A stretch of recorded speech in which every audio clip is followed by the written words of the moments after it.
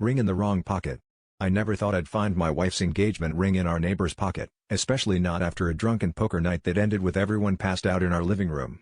The ring was unmistakable, its custom engraving flashing at me like a silent confession as I reached for my coat. My stomach dropped. I'd spent hours searching our house for that ring after my wife claimed it was missing, only for it to reappear in the last place I'd ever expect. I stared at our neighbor, sleeping off his whiskey dream, and wondered if I was the last fool in the room to figure out what was really going on. I waited until the hangovers had faded before I brought it up, rehearsing what I'd say 1,000 times in my head. But before I could even mention the ring, my wife cornered me in the kitchen, eyes wild, voice trembling.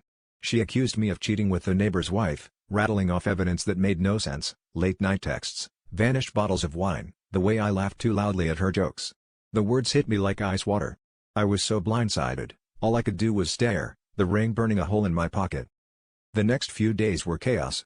The neighbor's wife stopped by just to check in, her eyes darting from me to my wife and back again, like she knew something we didn't.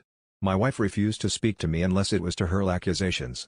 The neighbor, now suddenly distant, barely said hello. I felt trapped, desperate to clear my name but terrified of what I'd uncover if I pushed too hard. The whole street seemed to be in on a secret I'd never agreed to. Eventually, I confronted my wife with what I'd found, expecting tears or anger or a confession. Instead, she laughed, a hollow, bitter sound. "You always think I'm the one cheating," she spat. "But maybe I wanted you to find the ring. Maybe I wanted to see if you'd admit what you've been doing."